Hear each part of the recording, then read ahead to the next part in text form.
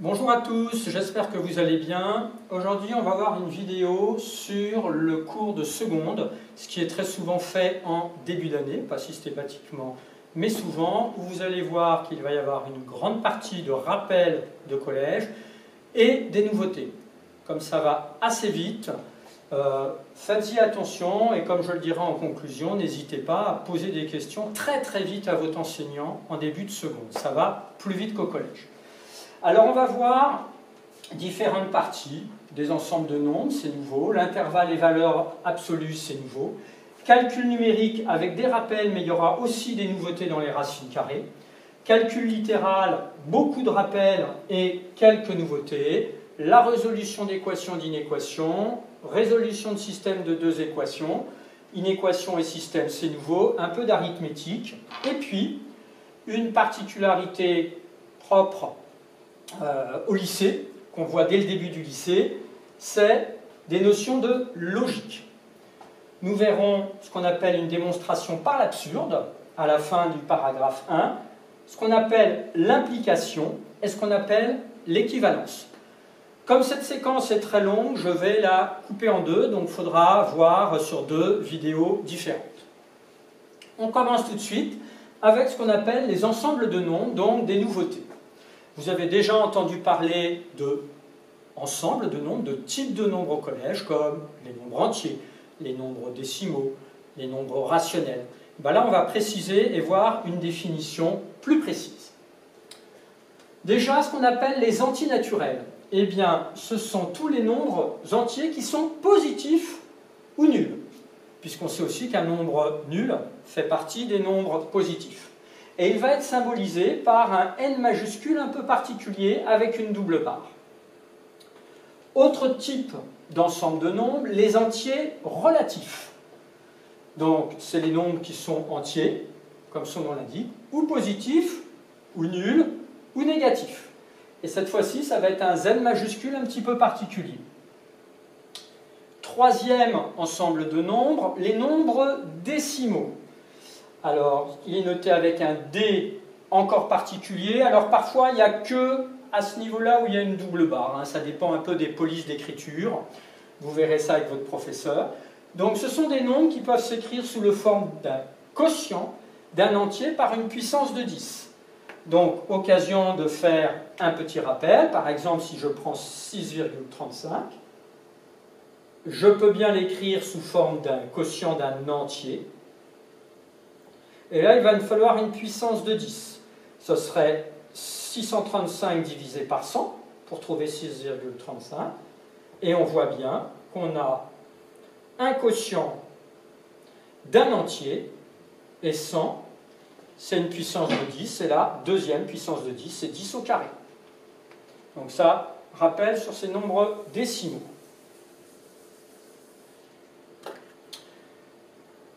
Comme dans mes habitudes, je mets un trait rouge dans la marge pour indiquer que ça doit être su parfaitement. C'est des nouveautés importantes et même ces symboles, vous allez les retrouver dans des exercices. Ça fait gagner du temps au lycée.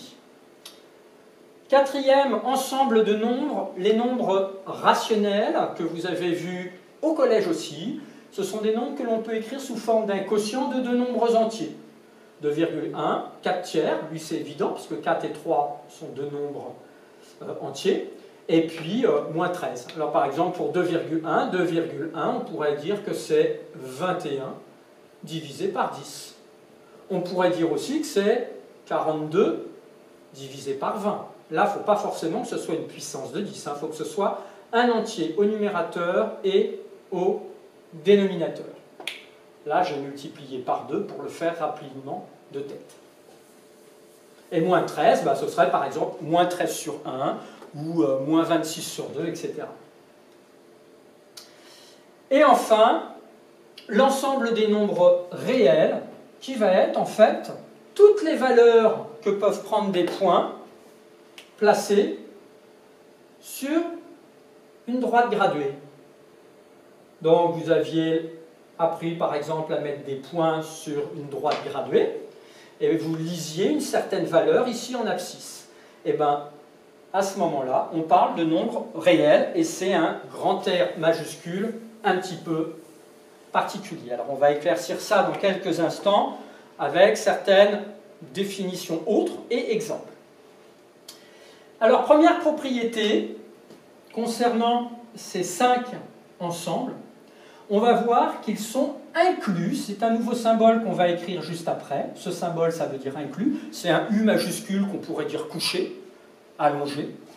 Donc ça veut dire que les entiers naturels sont inclus dans grand Z, sont inclus dans les décimaux, sont inclus, etc., jusqu'à l'ensemble des réels.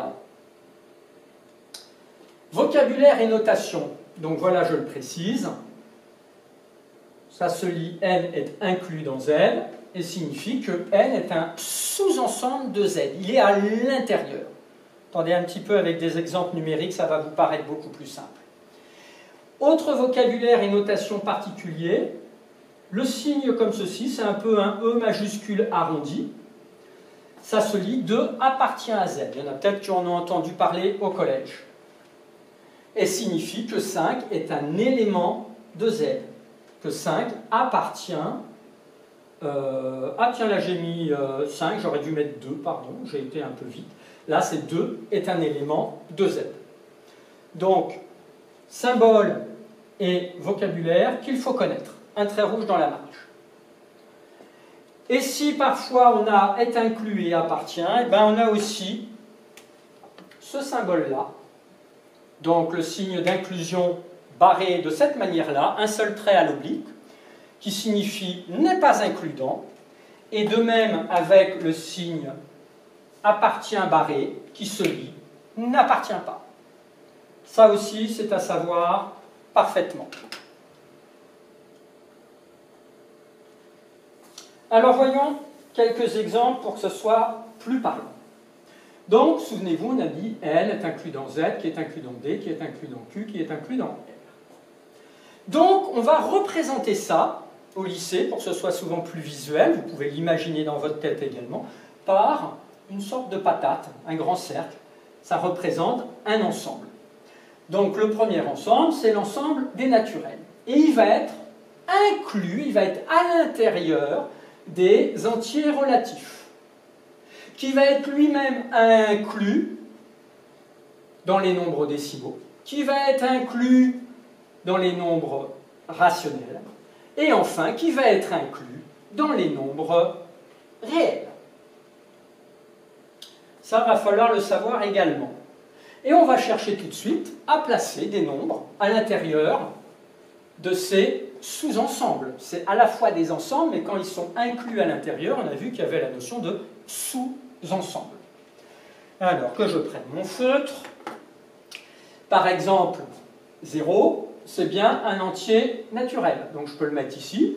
Et comme il est à l'intérieur de ce qui est en bleu, et de ce qui est en rouge, et de ce qui est en vert, et de ce qui est en noir, 0, c'est à la fois un entier naturel, un entier relatif, et un nombre décimal, et un nombre rationnel, et un nombre réel. 1, c'est aussi un entier naturel, puisque ce sont les entiers positifs. On pourrait mettre 2 aussi. 45, c'est bien un entier positif. Et racine carrée de 9, bah aussi, puisque vous savez depuis déjà 1 ou 2 ans, la quatrième, que racine carrée de 9, on peut dire que c'est 3. Donc, je marquerai racine carrée de 9 dans ce sous-ensemble-là. Moins 1, ben, il est bien entier, mais il n'est pas positif. Donc, ce n'est pas un entier naturel. Par contre, c'est un entier relatif, donc je vais le mettre ici. Donc, il n'est pas dans l'ensemble des entiers naturels, mais il est dans les autres ensembles. Moins 32, on pourrait le mettre ici aussi. 1,7, c'est pas un entier, donc il ne fait plus partie du sous-ensemble bleu. Il fait partie des nombres décimaux. Je peux le mettre ici, 1,7. 1,5, il fait bien partie des nombres décimaux, ce serait 0,5. Et rappelez-vous, un nombre décimal, c'est pas on peut écrire sous forme d'un quotient d'un nombre entier par une puissance de 10. Là, on pourrait dire que c'est 5 sur 10, donc 5 sur 10 exposant 1. 3 quarts aussi. Moins 2 dixièmes, oui. 12 septièmes. Alors 12 septièmes, on ne peut pas l'écrire avec un dénominateur qui soit une puissance de 10, donc on va le mettre ici. De même, un tiers, ou moins 3 onzièmes. Ensuite, racine de 2, on ne peut pas l'écrire sous forme d'un rationnel, donc d'un entier divisé par un entier. Donc ça fait partie des réels qui ne sont pas rationnels, de même pi. Alors là, tiens, parce que j'ai mis une racine carrée, je pourrais en rajouter une ici. Par exemple, si je prends moins racine carrée de 121, le moins il est bien à l'extérieur, hein, attention, à l'intérieur ce ne serait pas possible. Ça c'est égal à moins 11, donc il serait ici, etc.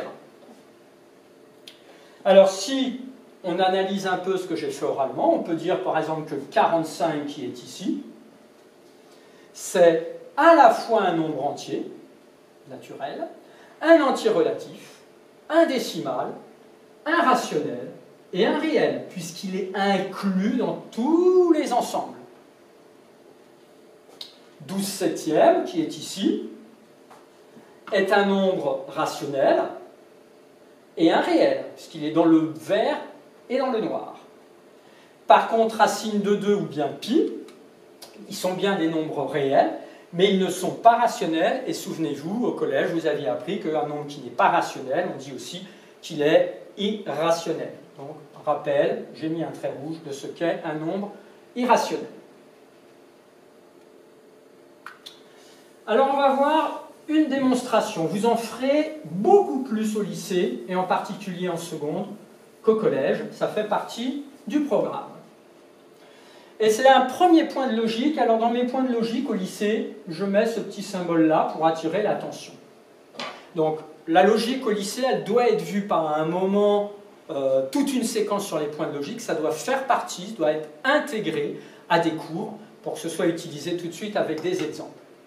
Et donc je propose de démontrer qu'un tiers n'est pas un nombre décimal en raisonnant par l'absurde. Le raisonnement par l'absurde est un point de logique. Alors voilà comment se déroule un raisonnement par l'absurde. En premier, on va supposer le contraire de ce que l'on veut démontrer. C'est pour ça qu'il y a un peu cette notion d'absurde, on va faire le contraire. Ensuite, on va raisonner comme si c'était vrai. On arrive à une contradiction qui sera impossible en mathématiques. Dans les mathématiques, ce ne sera pas possible. Et donc, on en déduira que comme ce n'est pas possible, c'est absurde, d'où son nom. Et on en conclura que la supposition était fausse. Donc, le contraire, on va supposer au départ qu'un tiers est décimal. Nous, on sait qu'il ne l'est pas. On va supposer qu'il l'est. En noir, je vais raisonner comme si c'était vrai. Si c'est un nombre décimal, d'après la définition d'un nombre décimal, on sait que ça peut s'écrire sous la forme d'un quotient, d'un nombre entier, par une puissance de 10. Et on va poursuivre. Si on applique la règle des produits en croix, 10 exposant n fois 1, ça fait 10 exposant n, et 3 fois a égale 3a. Ce qui signifie aussi, d'après vos connaissances sur les diviseurs, les multiples, que 10 exposant n, comme il est égal à 3a ou 3 fois a, ça signifie que 10 exposant n est aussi multiple de 3. Ou bien que 3 est un diviseur de 10.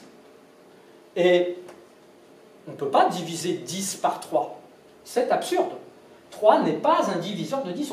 10 divisé par 3 n'est pas égal à un nombre entier.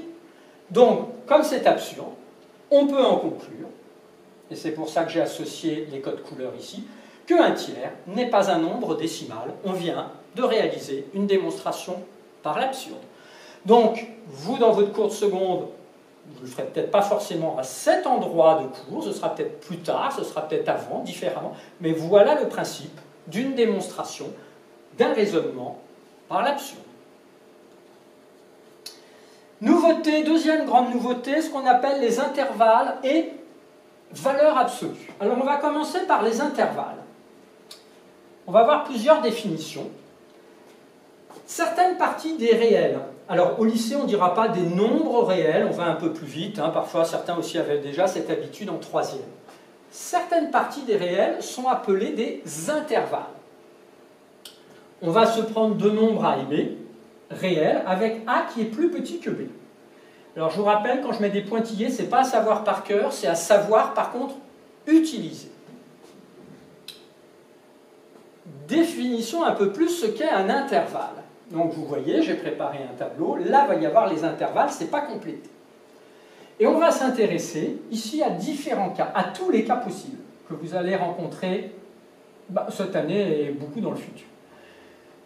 Ensemble des nombres x qui vérifie que x est compris entre a et b, inférieur, là il est supérieur ou égal à a et inférieur ou égal à b, là il est strictement supérieur à a et strictement inférieur à b, là il est supérieur ou égal à a mais il est strictement inférieur à b, donc vous voyez, attention au signe ou égal. Et puis là, il n'est pas compris, là il est supérieur ou égal à a, strictement supérieur, etc. Alors la représentation sur un axe qui est à connaître, eh ben, on va placer déjà A et B sur l'axe, donc ces deux valeurs, hein, on ne les connaît pas, on sait juste que A est plus petit que B. Et comme on va chercher des intervalles, on va faire des barres, comme ça, c'est aussi haut au-dessus qu'en dessous. Et nous, on veut la partie qui est entre, puisque x, il est entre A et B. Donc je vais colorier ici, en rouge, ce qui est possible. Ça, ce sont toutes les valeurs de x possibles. Mais il va falloir pouvoir faire la différence quand c'est ou égal, ou bien quand il n'y a pas ou égal. Eh bien, regardez bien, quand c'est ou égal, ça veut dire que x peut être égal à b, et là que x peut être égal à a. Eh bien, on va diriger les crochets ici vers x qui est ici. Et de même, comme b, il en fait partie, on le dirige vers les valeurs de x qui sont ici. À ce moment-là, on pourra écrire l'intervalle comme ceci. On cédera mentalement ou sur le dessin, on fera la même forme de crochet que là, et entre A et B, on mettra un point-virgule, et on dira que c'est un intervalle fermé. On verra tout à l'heure le contraire, ce qu'est un intervalle ouvert, ou peut-être semi-ouvert. Alors là, on place A et B, mais cette fois-ci, si x est toujours entre A et B, x, il ne peut pas être égal à A, et il ne peut pas être égal à B. Donc on va rejeter A, donc on va diriger les crochets vers l'extérieur, et on va rejeter B vers l'extérieur. On cède de ceci pour représenter par écrit, même type de crochet, A et B, et point virgule, et cette fois-ci, vous voyez, on dira que les crochets, l'intervalle est ouvert. S'il est fermé, il est vers les valeurs. S'il est ouvert, les valeurs sont rejetées. Là, il va y avoir les deux cas. Alors, si vous avez compris ça, vous allez vous aider. Ça va ressembler à ça. Et là, ça va ressembler à ici. Donc, on est toujours avec x qui est compris entre A et B. A, il en fait partie. Il peut être égal à A, mais il ne peut pas être égal à B. Je rejette B. Je m'aide pour tracer l'écriture. Et on dira, voyez, pas semi-ouvert ou semi-fermé, on dira fermé à gauche. Là, c'est fermé. Et là, c'est ouvert. Donc après, les autres, c'est une question d'entraînement. Il faudra pratiquer pour que ça rentre en mémoire et que ça devienne en quelque sorte un automatisme. L'idéal, ce serait presque que vous arrêtiez la diapositive et que vous le fassiez au crayon à papier pour voir si vous êtes capable de le faire, si votre cerveau a déjà commencé à comprendre. Alors cette fois-ci, il n'y a qu'une valeur, A. Et on veut toutes les valeurs qui sont supérieures ou égales à A. Donc on part de A et on va jusqu'à la pointe de la flèche. Tout ce qui est plus grand ou égal à A. Donc A fait partie. Et là, on utilisera ce symbole-ci. On dira que c'est plus l'infini, parce qu'on va vers l'infini. Et quand il y a un symbole infini, ce sera toujours ouvert. Là, c'est strictement supérieur à A. A, il ne fait pas partie des valeurs possibles. On le rejette vers l'extérieur, vers ce qui n'est pas souligné, ce qui n'est pas ici. Plus l'infini, il est juste ouvert. Là, cette fois-ci, inférieur ou égal à A. Donc, A va faire partie des solutions. Donc, on dirige vers ce qui est souligné là, les crochets. Mais cette fois-ci, on ne sera pas vers plus l'infini, là c'est moins l'infini, c'est les valeurs négatives. Toujours les crochets ouverts quand il y a l'infini. Et le dernier, x strictement inférieur à A. A ne fait pas partie des solutions, on le rejette. Et donc on dira que c'est globalement ouvert. Donc ça, vous allez l'utiliser, c'est vraiment ce type de notation, ce type de représentation, ce type de vocabulaire. Il va falloir être capable de le manipuler très vite. Mais bon, en faisant des exercices, ça va venir. Hein. Remarque, je l'ai dit tout à l'heure, quand il n'y a pas de borne supérieure ou inférieure, on utilise la notation, donc c'est un 8 couché pour l'infini, qui désigne l'infini. Donc plus l'infini vers les nombres qui sont très grands, moins l'infini pour les nombres qui sont très petits. Et donc, l'ensemble des réels peut se noter intervalle ouvert, puisque c'est l'infini, moins l'infini, jusqu'à plus l'infini. En fait, on dit que l'infini, ce ne sont pas des nombres réels, donc c'est pour ça que les crochets sont toujours ouverts. Donc, 2 remarques à connaître. Alors, utilisons un peu les intervalles. Soit I et J, 2 intervalles, on va voir ce qu'on appelle la réunion, et c'est exprès que j'ai fait un U plus grand, presque un U majuscule, de I et J, donc la réunion de ces 2 intervalles, va être l'ensemble des réels appartenant à I ou à J, ou les deux à la fois. Elle se note I, alors en fait c'est un U majuscule, donc là il devrait être un peu plus grand. Hein. U, J, et se lit I union J. Et autre notation, l'intersection de 2 intervalles, ça va être une sorte de N majuscule. C'est l'ensemble des réels appartenant à la fois à I et J. Donc attention, là c'est OU. Regardez dans OU, il y a un peu un U comme ici. Donc à l'un ou à l'autre, ou les deux à la fois, alors que là, c'est uniquement quand ils appartiennent à la fois. Et cette fois-ci, c'est un N, un peu majuscule, ou un U renversé, et ça se lit I inter J. 2 définitions et notations à connaître. On va les appliquer tout de suite dans des exemples. Donc voilà, j'ai pris 2 intervalles. I, l'intervalle fermé des valeurs qui vont de moins 3 à 5, donc c'est compris, hein, moins 3 et 5 ici. Et puis là, l'intervalle ouvert à gauche et fermé à droite, 2 exclus jusqu'à 9. Donc il y a des nombres à virgule aussi qui en font partie. Là, c'est tous les nombres de moins 3 à 5. On n'a pas dit 2 intervalles des nombres entiers. Et on veut déterminer, d'une part, l'union de I et de J, et d'autre part, l'intersection de I et J. Alors on peut s'aider avec une droite graduée, et c'est ce que l'on va voir tout de suite. Alors, par exemple, je vais représenter déjà I. I, c'est de moins 3 à 5. Alors là, c'est une représentation approximative. Hein. Je n'ai pas besoin de faire des graduations. J, c'est de moins 2 exclu. Donc moins 2, il sera quelque part par ici. Hein. De 2, pardon. Il sera quelque part par là. Mais là, c'est, attention, 2, il est exclu, jusqu'à 9. Donc là, c'est J. Là, c'est l'intervalle I. Je vérifie bien, de moins 3 à 5 fermé pour I, et J, c'est bien de 2 à 9 ouvert pour 2. Et bien à ce moment-là, je vois que I union J, j'aurais dû faire pareil là, un peu plus grand mon union, I union J, donc c'est l'un ou l'autre, ou les deux à la fois. Donc ça veut dire que c'est l'un ou l'autre, ou ce qui est les deux à la fois. Donc ça va être tous les nombres qui sont soit dans le rouge, soit dans le vert, soit dans les deux à la fois.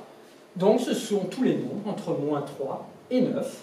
Attention de ne pas se tromper sur l'extrémité, sur le dessin des crochets pour fermer l'intervalle. Et puis I inter J, donc c'est ceux qui sont dans les deux à la fois. Donc on regarde là où c'est colorié dans les deux couleurs. Donc le 2 n'en fait pas partie, puisqu'ici il est dans le rouge, il n'est pas dans le vert, il est rejeté dans le vert. Donc il ne fait pas partie, le 2, ce sera à partir de 2, mais c'est ouvert. Par contre 5, il est à la fois dans le rouge et dans le vert. Donc ce sont toutes ces valeurs-là qui sont à l'intersection de ces deux intervalles. Remarque, si l'union ou l'intersection n'a aucun élément, vous verrez parfois qu'il n'y aura aucune valeur, on dira qu'il n'y a aucun élément, alors on note le résultat avec une sorte de O qui est barré comme ceci, et on parlera d'un ensemble vide, c'est l'ensemble vide. Remarque importante. Exemple. L'intersection de moins 3, 5, donc comme ce qui est en rouge, et de 7 plus l'infini, ça veut dire que 7, il serait quelque part par là jusqu'à plus l'infini. Eh bien, on voit que le rouge, c'est ici, le noir, c'est ici, mais qui sont à la fois dans le rouge et dans le noir, il n'y a aucun élément. Donc on dit égal, ensemble vide.